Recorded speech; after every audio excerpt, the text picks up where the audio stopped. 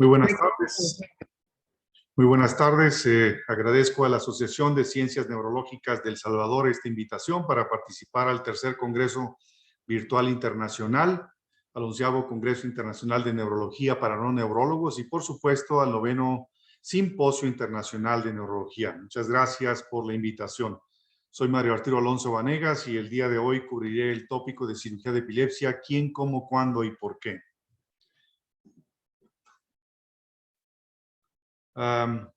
Esta es una premisa interesante que data de 1323, en la que reza: no tiene sentido hacer con más lo que se puede hacer con menos, y a esto me refiero que la cirugía de epilepsia puede ser un procedimiento no necesariamente oneroso o costoso para el Estado. Se puede realizar con elementos básicos y con el conocimiento y la participación de expertos que conjuntan a un comité para hacer que la referencia temprana de la cirugía de epilepsia ofrezca un mejor resultado a las personas con epilepsia.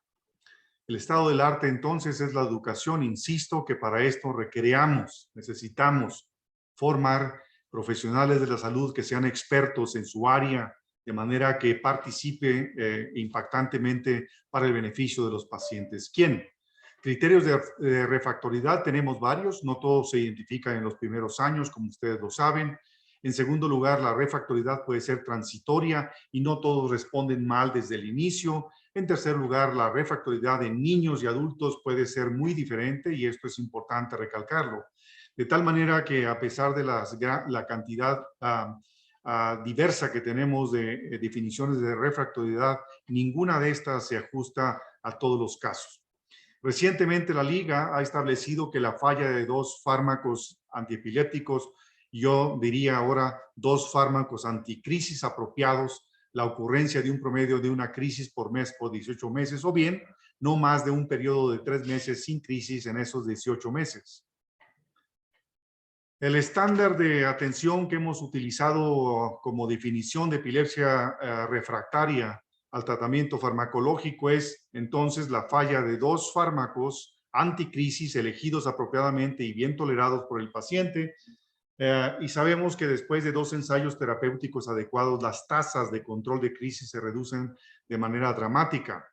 De tal manera que, cumpliendo el requisito de esta definición, es el mejor momento, el momento más oportuno para enviar al sujeto a una evaluación prequirúrgica.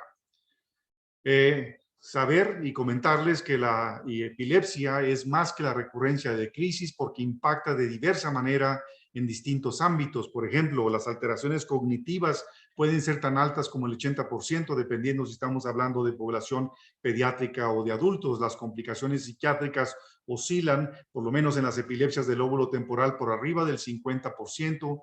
Las alteraciones somáticas, problemas educativos y ocupacionales, las alteraciones del sueño, la tasa de SUDEP y suicidio, que puede ser 10 veces por arriba de la población general, y por supuesto comorbilidades que afectan de manera sustancial el impacto de la calidad de vida de estas personas con epilepsia. Por supuesto que el Estado está involucrado, y cuando no referimos a estos pacientes de manera oportuna, se utilizan grandes recursos que deberíamos ahorrarnos para otro tipo de patología, de tal manera que con esto abatiríamos el costo en salud y, por supuesto, también la mortalidad de las personas con epilepsia de difícil control. De tal manera que evitar la aparición de estas comorbilidades y el deterioro neurológico es importante en el establecimiento del manejo de estas personas. Vean ustedes, por ejemplo, cuál es la probabilidad que tiene un paciente de estar sin crisis cuando utilizamos el fármaco anticrisis correcto. Y entonces, si vemos este esquema de Kwan y Brody, en el cual nos permiten saber en 1,795 personas con epilepsia que el 46% están sin crisis en monoterapia. Y cuando agregamos un segundo fármaco, tenemos 12% de posibilidades de tener un control adecuado, y estas tasas se van disminuyendo de manera sustancial a lo largo del tiempo, hasta que tenemos un grupo de personas con epilepsia que, independientemente de la cantidad de medicamentos que se utilicen, continuarán presentando crisis. Y estos son aquellas personas con epilepsias sintomáticas como lo estoy presentando aquí. Este 36%, sin embargo, aumenta en epilepsia focal sintomática que va desde el 50 al 90% de refractoriedad. ¿Tenemos obstáculos para la cirugía de epilepsia? Sí. Primero debemos determinar la refractoriedad lo más temprano posible para hacer la referencia de los pacientes a centros especializados, pero por otro lado también sabemos que no tenemos grandes centros en Latinoamérica para que sean suficientes para poder ayudar y beneficiar a estas personas, de tal manera que lo que tenemos que tener mucho hincapié y poner interés es que el hombre de la bata blanca, es decir, nosotros, por intereses, por ego o por ignorancia, no sabe estudiar ni seleccionar estos pacientes para referirlos a evaluación prequirúrgica temprana. Por otro lado, tenemos problemas en la integración del equipo quirúrgico, esto es, necesitamos expertos en cada uno de los campos que permitan estudiar de manera conjunta cuál es la zona epileptogénica para que el impacto de la cirugía sea de gran beneficio. Y por supuesto necesitamos un neurocirujano especializado, no un aficionado para hacer este tipo de procedimientos. Insisto, la educación hace los expertos y los expertos resuelven los problemas en las epilepsias refractarias de las personas con epilepsia. Vean ustedes, hemos hecho estudios colaborativos para establecer centros de cirugía de epilepsia en diversas partes del mundo y hemos establecido también para Latinoamérica estos criterios y por supuesto el conocimiento de las necesidades y requisitos específicos para estas personas en distintos ámbitos y dependiendo de la cantidad de recursos que se tenga. Pero una persona que tiene una zona epileptogénica primaria que es la zona mínima necesaria que se requiere remover para tener un control total de crisis. Y vean ustedes este ejemplo de la izquierda en el cual tenemos una gran displasia cortical que una vez hecha la resección de la lesión podemos obtener un control total de crisis y estos pacientes pueden ir directamente a la cirugía. No necesitamos hacer procedimientos invasivos o cosas extrañas que se salen del ámbito del conocimiento natural y general del estudio de estas personas. Entonces, tan pronto se defina la zona epileptogénica, es el mejor momento para referir a una evaluación prequirúrgica.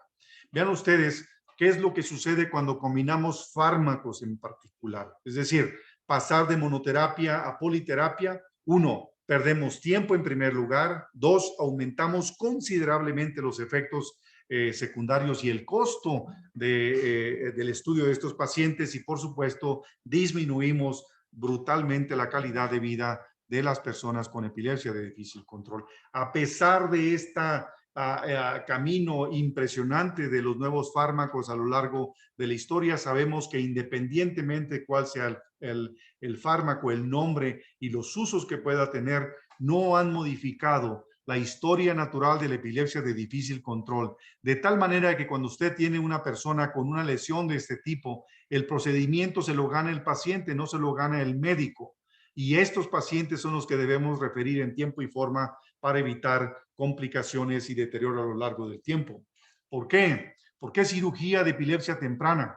Esto lo dijo este hombre, Cesare Lombroso, un hombre que en 1982 por primera vez nos permite abrir los ojos y decir de manera clara y evidente, eliminar o controlar las crisis tan rápido como sea posible para optimizar el desarrollo cognitivo, mejorar la conducta y calidad de vida de las personas. Entonces, es por esta razón es que debemos enviar a los pacientes tempranamente a evaluación prequirúrgica. Tiempo y cerebro en epilepsia, y esto lo sabemos no desde ahora, lo sabemos desde 1885, cuando Gowers nos permite sabernos, nos demuestra por primera vez que las crisis generan crisis, y esto lo podemos ver en este esquema de Andrea Bernasconi, publicado en 2017, en que nos demuestra la zona epileptogénica, probablemente las zonas de propagación, etcétera, en este esquema que traduce específicamente las crisis generan crisis y entre más tiempo pase el paciente, mayores complicaciones tendremos para ofrecer un mayor beneficio. Candidatos a cirugía, ¿cuándo operarlos? El mejor patrón de desarrollo es con cirugías tempranas, es decir, cuanto antes mejor. La cirugía temprana, por otro lado, maximiza el desarrollo del sistema nervioso en estos estadios críticos de la maduración, y esto se puede lograr no solamente con cirugía curativa, sino también con procedimientos paliativos específicos, como sería en este caso la callosotomía. ¿Cuáles son los objetivos ideales? ¿Cómo? Eliminar la zona o red epileptógena tan rápido como sea posible, interrumpir o bloquear o regular las vías de propagación, y lo único que necesitamos es demostrar esta zona epileptogénica, saber la relación que existe entre la zona epileptogénica y áreas funcionales para permitir saber cuál será el impacto de la cirugía y también el beneficio, las complicaciones en los pacientes. Los objetivos de la cirugía son específicos, dependen de la edad, y específicos en niños y en adolescentes. Por ejemplo, niños con control de epilepsias catastróficas, la progresión de crecimiento y desarrollo es evidente. Cuando tenemos este retraso en la cirugía, también el impacto en el desarrollo normal y el crecimiento del niño se ve deteriorado de manera sustancial. Y vean cómo Michael Duchovny en el 98 saca un artículo en que nos permite saber que el 20% de los pacientes prequirúrgicos que tenía en su centro tenía un patrón de desarrollo normal, mientras que el 52% de ellos tenía un retraso moderado y el 28% un retraso severo del neurodesarrollo.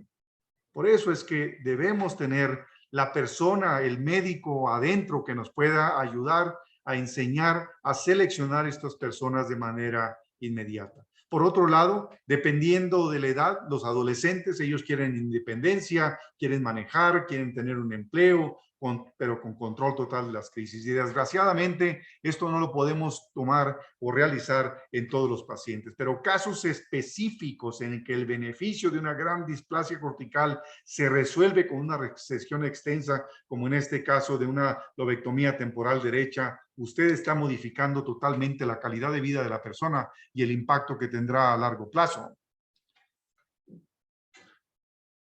Vean ustedes, tenemos patologías diversas que nos permiten tener,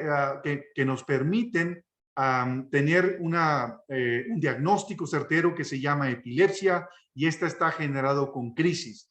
Las crisis pueden tener un espectro importante desde descargas interictales hasta el estado epiléptico, y todo esto presenta una alteración de la conectividad estructural y funcional de redes, y que afectará el neurodesarrollo y la función cognitiva, de tal manera que la cirugía de epilepsia temprana y la disminución del uso de medicamentos anticrisis nos facilitan la reintegración y el control, el mejor neurodesarrollo de los niños.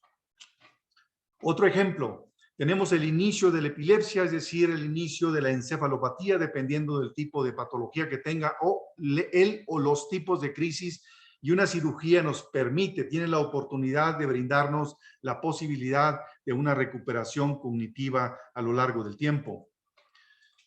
En el marco conceptual de la clasificación que recientemente se usa en todos lados, sabemos quién sí y temprano. De tal manera que sabemos que las epilepsias focales o generalizadas, síndromes epilépticos específicos, epilepsia por etiología, estas pueden beneficiarse, estudiarse y referirse a evaluación prequirúrgica de manera temprana. Es decir, no hay excusa.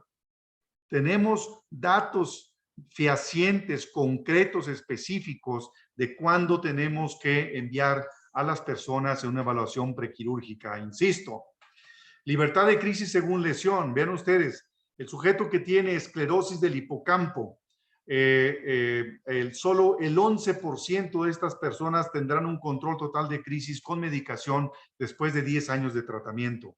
De tal manera que es la clásica esclerosis mesial temporal, que a través de un procedimiento pequeño de la corteza, de la neocorteza, y la introducción para esas estructuras mesiales, llámese amígdala, hipocampo, y la resección de las mismas zonas profundas, permitirán una libertad de crisis con un alto impacto en calidad de vida e en reintegración social.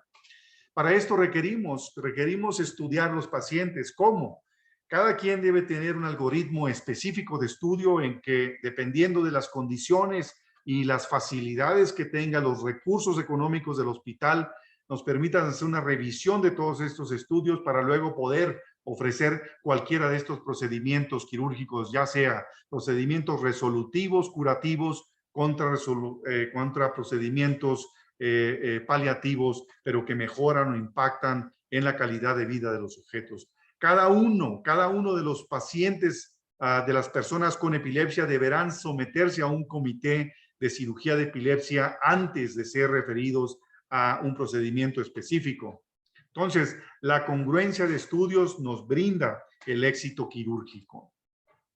Tenemos distintos protocolos. Por ejemplo, en este caso, una persona con esclerosis mesial temporal solo requiere de estos estudios que ustedes están viendo en verde para llevarlo directamente a cirugía. Sin embargo, una persona con este estudio de PET nos permite conocer que la zona mesial y F1 del lado derecho tiene una zona hipometabólica severa y que esta es congruente con la actividad anormal neurofisiológica. Entonces podemos llevar a este paciente con estas características y con estos estudios nada más. Sin embargo, existen otros sujetos que requerimos realizar registros invasivos, sobre todo en aquellas personas con epilepsia de difícil control que tienen imagen de resonancia magnética negativa. Y para ellos, entonces, invadimos a los pacientes y el neuropatólogo nos brindará cuál es el resultado histopatológico y, por supuesto, la causa de las crisis también. Este protocolo se los muestro y lo traigo porque fue publicado en 2014 y es un resumen que hace la Comisión de Niños de la Liga. Y también el 70% de las personas, de los niños con epilepsia de difícil control, se pueden beneficiar simplemente con estos estudios que ustedes están viendo. No necesitamos hacer estudios de extensión. ¿Quién no requiere test adicionales? Aquellas personas que tienen esclerosis mesial temporal, los cavernomas, los tumores, el amartoma hipotalámico, el síndrome de Rasmussen, la lesión hemisférica, etcétera, etcétera, etcétera. O test opcionales también para personas que tienen Sturge-Weber o tipo de tumores o displasias corticales focales tipo 2, que las vemos en imagen, lesiones vasculares, etcétera. De tal manera que hay que conocer estos datos para la referencia temprana de los pacientes. ¿Quién? Criterios generales que son obligatorios y específicos. Que sea una persona con epilepsia, con una epilepsia fármaco resistente, o que tenga un síndrome epiléptico tratable quirúrgicamente, y el prototipo en este caso, el que les pongo aquí, es la esclerosis mesial temporal, que con la remoción de estas estructuras profundas le brindaremos al paciente un control total de las crisis y el beneficio a largo plazo. ¿Quién y cómo? Sabemos que la selección de candidatos tenemos criterios individuales para cada tipo de epilepsia, también individuales para cada tipo de cirugía y, por supuesto, para cada paciente. Y lo que debemos hacer es tener una localización de limitación de la zona epileptogénica y la relación de esta zona epileptogénica con la corteza elocuente para hacer un procedimiento de manera directa. ¿Por qué es importante la cirugía de epilepsia del lóbulo temporal? Porque es la más frecuente en el mundo, independientemente de que ahora las cosas están cambiando, pero sigue siendo en nuestra región, en Latinoamérica, la causa más común de cirugía de epilepsia. Es la que logra los mejores resultados en el control de crisis. Hasta el 90% de los estudios prequirúrgicos no requieren invadirse estos pacientes y hay sitios en el mundo que solo se dedican a hacer este tipo de procedimientos quirúrgicos. ¿Qué técnica quirúrgica utilizamos? ¿Cómo lo hacemos? Utilizamos una técnica quirúrgica que se llama subpial, endopial, epipial, en la cual nos facilita la resección, nos produce una mejor desaferentación funcional y química, nos permite trabajar por debajo de las áreas funcionales a través de estos bancos piales, un menor grado de cicatrización y nos permite mantenernos siempre en el lado específico del banco pial sin provocar una lesión contralateral, por ejemplo.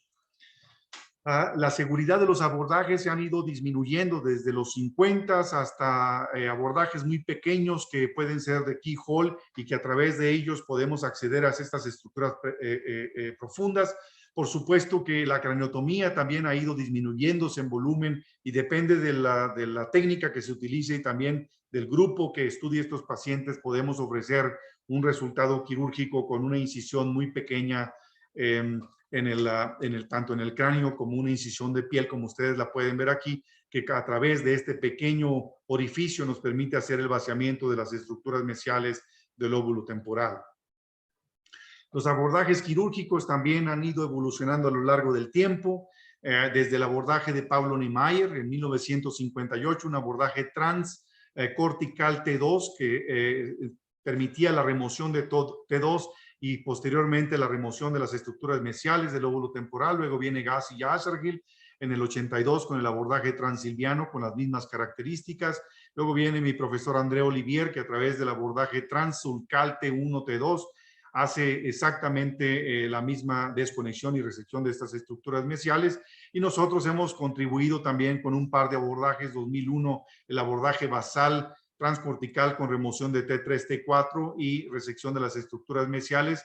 Y para el 2010 introdujimos la parahipocampectomía específicamente para sujetos con características muy particulares sin alteración de la memoria en epilepsias del lóbulo temporal.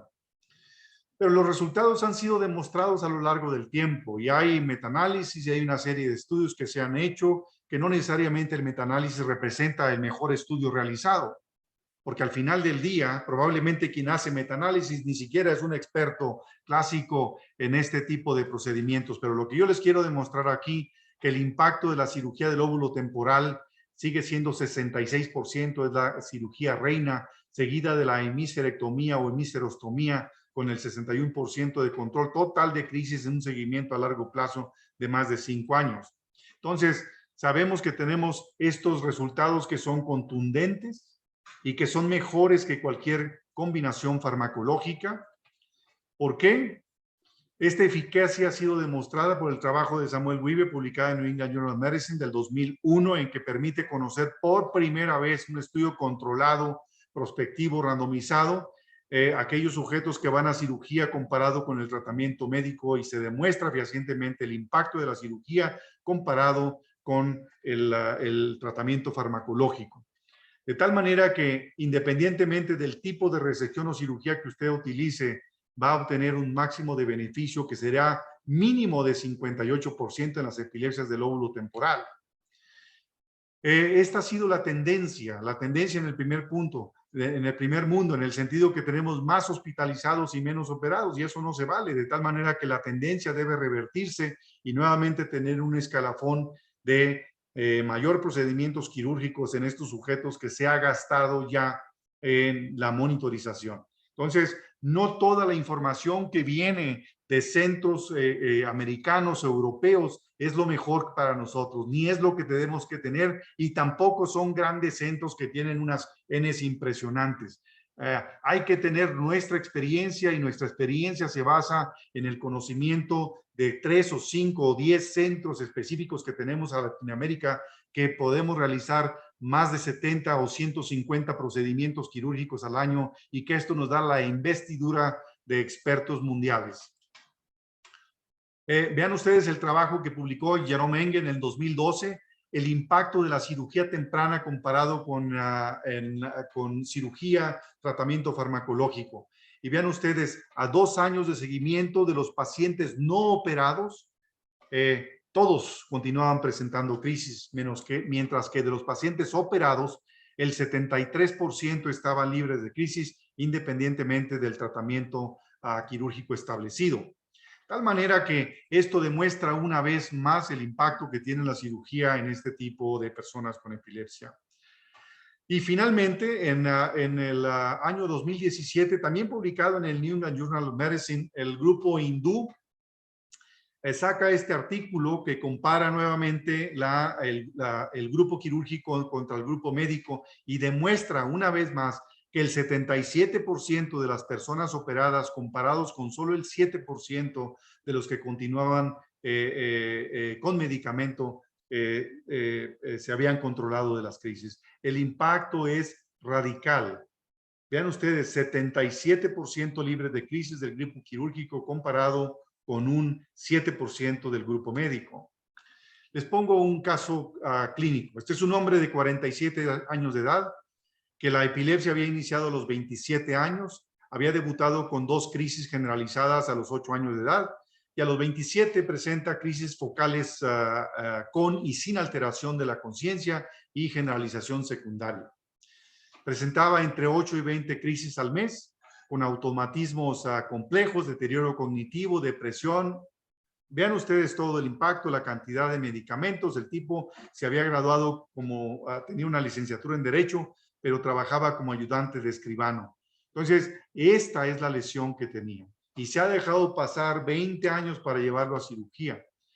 La pregunta es aquí, ¿qué hacemos? ¿Es necesario hacer electrocorticografía? Y la respuesta inmediata es sí. ¿Por qué? Porque la cronicidad de las crisis en este paciente probablemente ha generado redes secundarias que pueden estar relacionadas o no con la zona epileptogénica primaria, y eso lo debemos definir. De tal manera que pasa el tiempo y el sujeto ha tenido una evolución de 12 años postoperatorio sin crisis y la patología es un ganglioma y una displasia cortical 2A asociada. Se encuentra sin fármacos, sin embargo, su calidad de vida sigue siendo pésima y su reintegración social es nula y el componente psiquiátrico de depresión es muy importante. Entonces, mande a sus pacientes tan temprano como sea posible o temprano, tan pronto como identifique que es una epilepsia de difícil control y que es un síndrome tratable quirúrgicamente. Para las epilepsias del lóbulo temporal, vean ustedes el impacto que tiene cuando no tenemos lesión comparado con lesión. La diferencia es de 51 a 75 puntos porcentuales. La persona que tiene lesión siempre recibirá el gran beneficio de una cirugía de alto impacto y la diferencia para este grupo es de 24 puntos porcentuales. ¿Por qué? Resultados quirúrgicos a largo plazo en epilepsia del lóbulo temporal con series de más de 200 casos con seguimientos mayores de 1 hasta 10 años han demostrado que tenemos datos específicos de control de las crisis desde el 55% al 82% en este tipo de pacientes, y el impacto se puede repetir en cualquier parte del mundo. Las complicaciones de la cirugía. Las complicaciones de la cirugía se encuentran relacionadas con la edad. A menor edad tenemos mayores complicaciones y la primera consecuencia es menor bajo sanguíneo. Y hay que decirlo y decirlo abiertamente que 1% de muertes en lo posoperatorio inmediato ocurren en niños menores de 3 años. Pero después de esto, la tasa de mortalidad es prácticamente cero. Mientras, por otro lado, de los pacientes con epilepsia de difícil control mal controlados, el 3.8% muere por crisis generalizadas o muerte súbita. Y es más impactante esto en aquellas personas que tienen déficit neurológico. Este es el factor más determinante de mortalidad.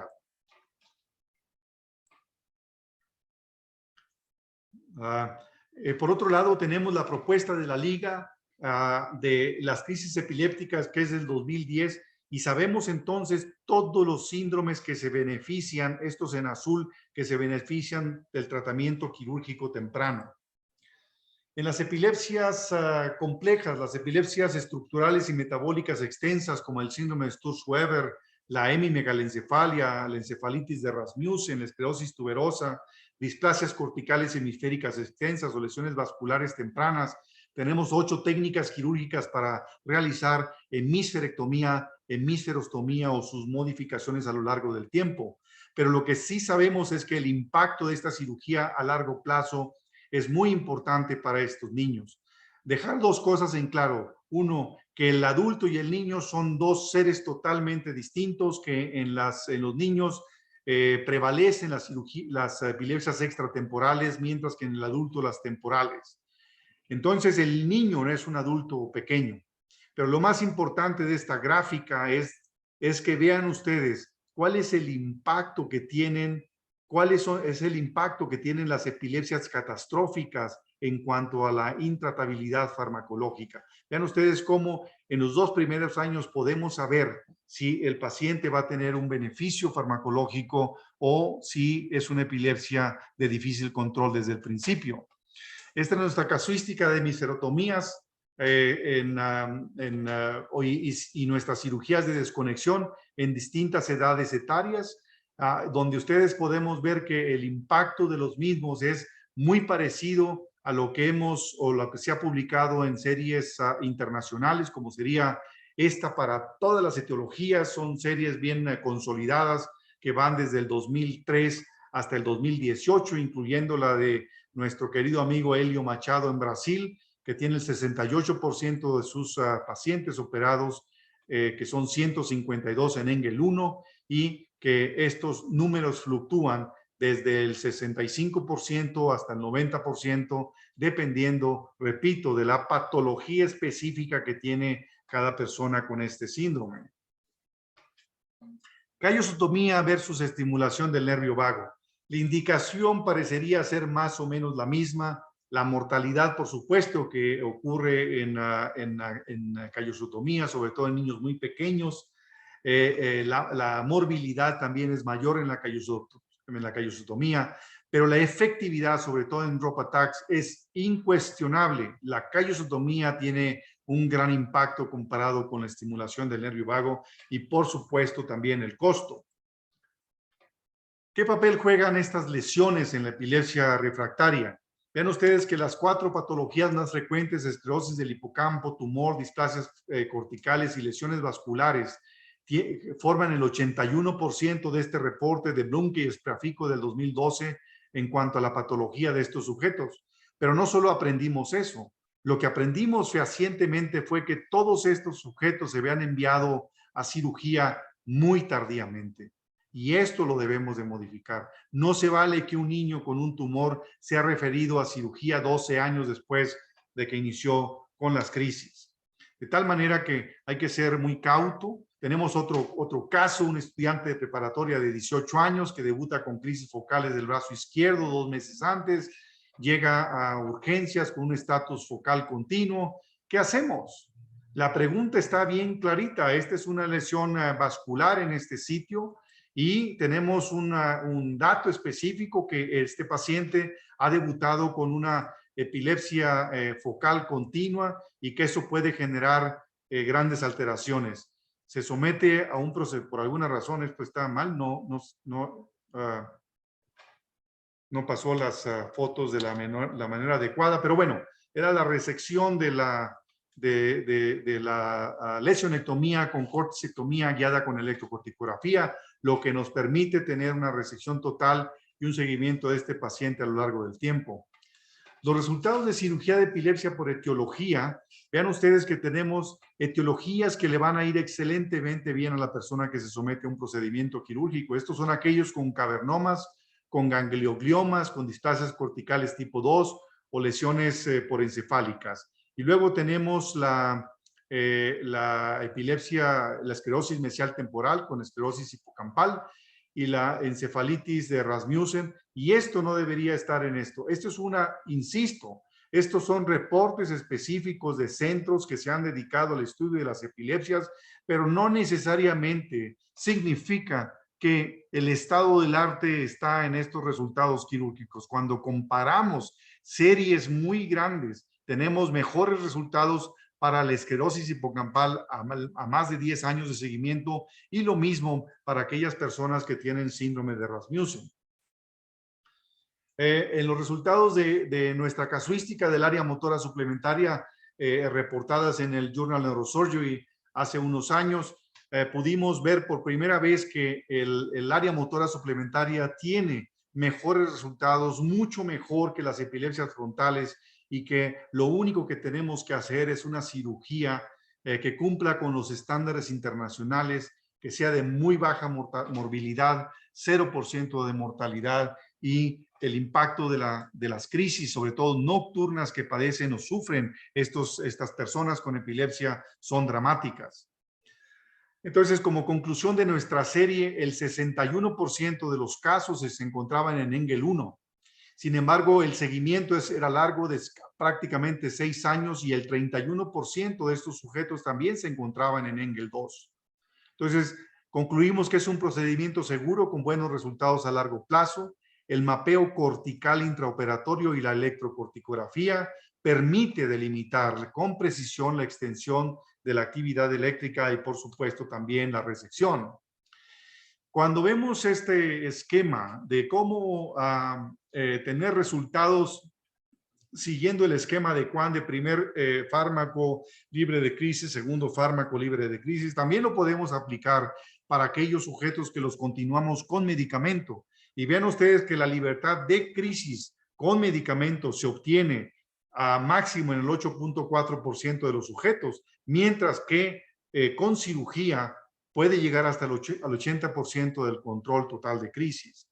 De tal manera que debemos tener todos estos conocimientos en nuestro cerebro, los tenemos que estampar como estos tatuajes que se han puesto de moda, para que con este conocimiento podemos beneficiar a un grupo mucho mayor de personas con epilepsia de difícil control.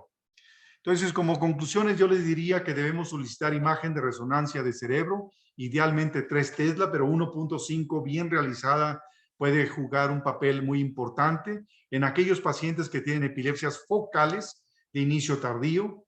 El tratamiento con fármacos anticrisis tiene bajo control de crisis en epilepsias lesionales, esto es sabido por todo mundo, y la cirugía precoz de lesiones específicas como tumores, cavernomas, displasias corticales 2B son, deberían de ser mandatorias para una referencia temprana. Y tenemos para patologías específicas como las displasias corticales un enfoque funcional con electrocorticografía transoperatoria. De tal manera que la recomendación es envíe precozmente a cirugía a estos pacientes que ya tienen plenamente identificados. La identificación temprana de candidatos quirúrgicos es un reto, pero ofrece el máximo beneficio en el control de crisis al mejorar la calidad de vida con un menor daño agregado por la repetición de las crisis. La cirugía temprana ofrece los mayores beneficios a las personas con epilepsia de difícil control y todos los niños con epilepsias catastróficas deben ser evaluados cuanto antes para valorar si son candidatos a cirugía. El buen conocimiento de imagen de resonancia magnética es esencial. Hay que saber ver imágenes para objetivar una lesión epileptogénica que sea potencialmente resecable.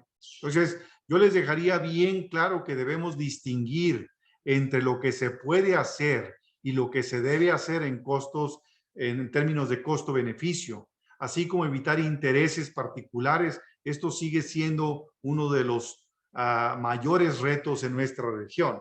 Y ahora que se puso de moda la estéreo EEG, todo el mundo se fue a estéreo EEG como si esto no fuera a resolver los problemas. No es así. Y estamos encareciendo y estamos embruteciendo también el conocimiento de los especialistas en epileptología y neurólogos, porque la gente se está quedando con la idea de que si no se invaden estos pacientes no se les pueden resolver los problemas. No es así. El éxito de la cirugía depende principalmente de la selección cuidadosa de pacientes con epilepsia de difícil control o fármaco resistente. Y lo que buscamos es la congruencia de la clínica, los estudios neurofisiológicos y de imagen, así como los estudios de extensión de PET y SPECT, porque esto nos permite una localización y resección precisa de la zona o red epileptogénica. Entonces, dejarlos con la idea bien clara de que no hay nada más duro que la suavidad de la indiferencia. No podemos ser indiferentes con estas personas.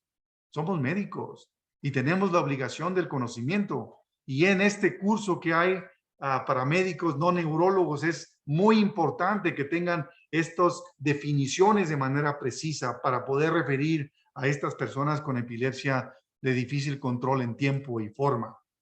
Muchísimas gracias. Stop share. End.